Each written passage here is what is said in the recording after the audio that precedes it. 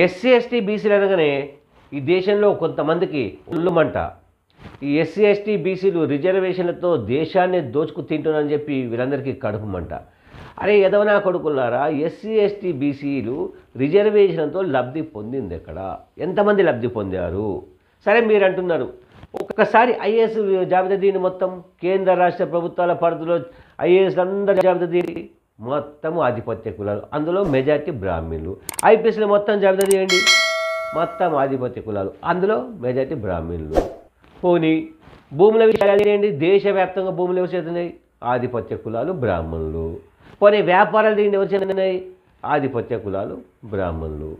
పోనీ అధికారం, మాస్టర్కి అధికారం విషయం చూడండి, కేంద్ర ప్రభుత్వంలో మెజార్టీ మంత్రులందరూ కూడా బ్రాహ్మణులే. అట్లాగే రాష్ట్రాలు చూడండి, 29 రాష్ట్రాల్లో ఒక తమిళనాడు, బీహార్ 2 రాష్ట్రాలు మినహా మిగతా రాష్ట్రాలు ఎవరు అధికారులు? ఆధిపత్య కులాలే. మరి అధికారం లేదు, భూములు లేవు, ఐఏఎస్ ఐపీఎస్ లాంటి విద్య లేదు, ఉద్యోగాలు లేవు, మరి ఇంకెక్కడ బాగుపడుతున్నారు? మరి మీకు రిజర్వేషన్లు ఇచ్చారు, మీరు వ్యతిరేకించారు కదా రిజర్వేషన్ విధాన్ని. మీరు 15% ఉంటే 10% రిజర్వేషన్ ఇచ్చారు. ఎందుకు?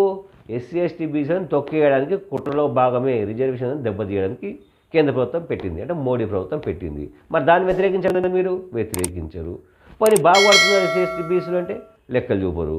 అంటే ఇదంతా ఏంటి అంటే ఎస్సీ ఎస్టీ బీసీలని మరోసారి మనుధర్మశాస్త్రం పేరిట అణిచివేసే కుట్ర సాగుతుంది.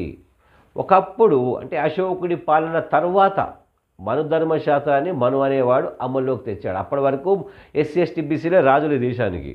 ఆ తర్వాత మనుధర్మశాస్త్రంలో బ్రాహ్మణ, క్షత్రియ, వైశ్యులు మాత్రమే చదువుకోవాలి, వ్యాపారాలు చేయాలి. ఈ శూద్రులు అంటే ఎస్సీ ఎస్టీ బీసీలు కేవలం వాళ్ళకి సేవలు చేయాలి చదువుకోకుండా. అయితే ప్రస్తుతం అంబేద్కర్ సాబ్ వచ్చిన తర్వాత అంబేద్కర్ రాజ్యాంగంలో ఇవన్నీ ఉద్యోగ హక్కులు, విద్యా హక్కులు ఖచ్చితంగా రాయడం జరిగింది. అంటే ప్రతి ఒక్కరు చదువుకోవాల్సిందే అని చెప్పి. కానీ రాజ్యాంగానికి తూట్లు పొడుస్తూ వీరు కుట్రలు పొందుతున్నారు. సరే కేంద్ర ప్రభుత్వం కూడా అంబేద్కర్ సాబ్ చెప్పినట్టుగా చాలా వరకు విద్య కోసమని విద్యా రుణాలు, అంటే పేదవాళ్ళు ఎవరైతే ఎస్సీ ఎస్టీ బీసీలలో వాళ్ళు చదువుకోవడానికి బ్యాంకుల ద్వారా రుణాలు పొందే అవకాశాన్ని కల్పిస్తూ 2013-14 ఒక పథకాన్ని ప్రవేశపెట్టడం జరిగింది. కానీ బ్యాంకులంతా కూడా ఎక్కడ కూడా ప్రస్తుతం మనం రాష్ట్రంలో తెలంగాణ రాష్ట్రం గురించి మాట్లాడదాం. 13-14 నుంచి మొదలు పెడితే ఒక 2020 వరకు చూస్తే కూడా కేవలం 25% వరకు, అంటే నిర్దేశిత లక్ష్యానికి 25% వరకు మాత్రమే రుణాలను ఇవ్వడం జరిగింది. ఇందులో మన జాబితా ప్రకారం చూస్తే ఒక్కసారి 2014-15 యాక్చువల్ లక్ష్యం వచ్చి 2422 కోట్లు, కానీ ఇచ్చింది 543 కోట్లు. 2015-16 2844 కోట్లు, కానీ ఇచ్చింది 755 కోట్లు. 2016-17 731 కోట్లు ఇవ్వాలి, కానీ ఇచ్చింది 525 కోట్లు. 2017-18 ఇవ్వాల్సింది 1663 కోట్లు, కానీ ఇచ్చింది 401 కోట్లు. 2018-19 1798 కోట్లు ఇవ్వాలి, కానీ ఇచ్చింది 533 కోట్లు.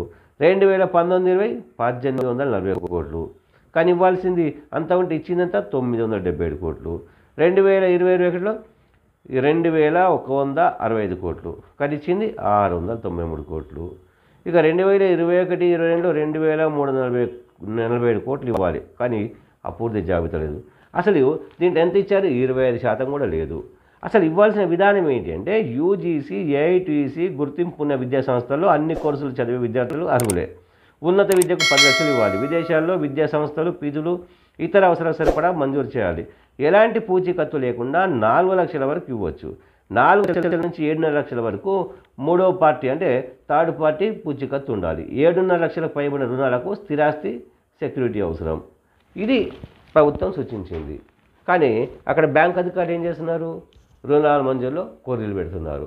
అంటే పేదవాళ్ళు చదువుకోవడానికి ఒక ఎన్ఐటి లేదా ఐఐటి ఇటువంటి కోర్సుల విషయంలో మాత్రం విద్యా సంస్థలు రుణాలు ఇప్పిస్తున్నాయి.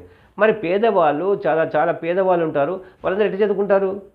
అంటే బ్యాంక్ అధికారులకు ఈ మనుధర్మశాస్త్రానికి సంబంధం ఏంటంటే బ్యాంక్ అధికారులు కూడా ఉన్నత, అంటే ఆధిపత్య కులాలకు సంబంధించిన వాళ్ళే. అంటే వీళ్ళు కూడా ఎస్సీ ఎస్టీ బీసీలను తొక్కేయడం, ఇది కుట్ర. వాళ్ళు రకరకాలు ఎన్ని చెప్పినప్పుడు కూడా ఇది కూడా అంటే మనోధర్మ శాస్త్రాన్ని ఏ రకంగా అమల్లోకి చాప కింద నీళ్ళ అమలు చేస్తున్నారో మనం ఈ విషయాన్ని గ్రహించాలి. సో ఇటువంటి నిర్ణయాన్ని మనం ప్రభుత్వాల దృష్టికి తీసుకెళ్ళాలి, ఖచ్చితంగా మనం వ్యతిరేకించాలి. లేదంటే మన పిల్లలు చదువుకోకుండా తిరిగి మనోధర్మశాస్త్రం కింద మరోసారి మనం కేవలం శూద్రులమై మళ్ళీ బానిసలుగానే మిగిలిపోయే పరిస్థితి వస్తుంది. అటువంటి పరిస్థితి రాకుండా ఉండాలంటే మనం ఇప్పటి నుంచే జాగ్రత్త పడాల్సిన అవసరం ఎంతైనా ఉంది.